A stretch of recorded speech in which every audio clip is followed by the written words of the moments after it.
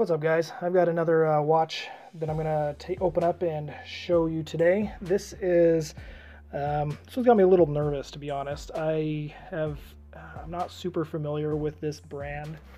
What this is, this is a Swiss Eagle, and the guy that I got it from didn't even know what the model was, and I actually had to do some research. I did that before I took it, and it's called a flight deck.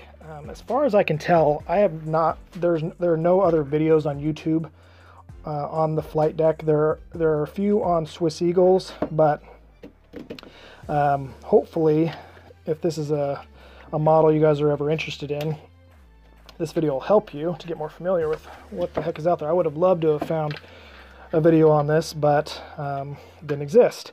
Swiss Eagle is a Swiss company, as you would guess, and from what I could gather, and not from their website, because their website doesn't give a lot of information on their history, but I believe I found another video that mentioned, I think they've been around since 1961. It's kind of difficult to find a lot of information on these guys, but they're a solid company from what I understand. I kind of checked around with others in the exchange about their opinions on the Swiss Eagle brand, and everyone spoke well of them, that they're pretty solid. And but this one's it's very unique, and like I said, I'm a little nervous about whether I'm going to hate or love this watch. It's got a pretty nice band on it. Okay, wow, there it is. Well, no surprises. It really is what I was kind of expecting. I was nervous about this blue because there's only a couple of pictures available that I could find online of this one. What I can find on this watch is that, as you can see, it's an automatic. It's an open-faced skeletonized kind of a dial, which I don't have anything like this. And then it does have the open display case on the back as well. The movement in this, see, all they say on their website is, and I think it's because this is they no longer produce this particular model, so they just call it an automatic, but it's actually, I think I might be able to tell you exactly what the model it is. One of the great things about about WatchGang is the exchange page, and I've talked about them a lot. I asked around some of the other guys what they knew about this watch, and someone came through with flying colors. He had previously done some research on this, and someone had, the reply that came back, I was mostly curious about the company as well as the movement. And this one has what is called an IT10 SK2. Now, this is not an ETA movement, but they call it an inner T.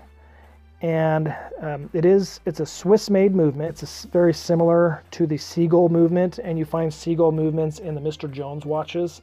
Those are British company.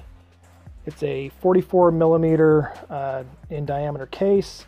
It is a 22 millimeter band on it. It is a 10 atmosphere water resistance, and boy, that's about all they really even have available. So the rest is just left to the eye, and what you see, they've got their logo there on the clasp, and got their name there on the other side of the locking mechanism. That dial is a little sloppy, to be honest, compared to dials I see on most divers. You can see it's got a little bit of play there before it clicks, and then it comes back. So that's not the greatest. I would prefer a much tighter dial than that. But it doesn't, and also I already noticed that it doesn't have a screw down crown. It just pops on this one. So I kind of wish it was there, but I do like the matching blue crown and their logo there as well. A cool bracelet has this brushed and polished look. Well, So my fears have been allayed on this one. I'm actually pretty happy with it. It's very different than anything else I have, so it checks that box. For uniqueness, quality seems decent. The band is nice and solid. It doesn't feel clinky or hollow. It has a pretty decent Swiss movement in there. I don't know much about it, but it's running fine, and I'll check the loom on this thing and make sure I get some video up of the loom. I am curious to see just how good it is on this. I just wish that they would give more information on their website about the company itself. I always want to know.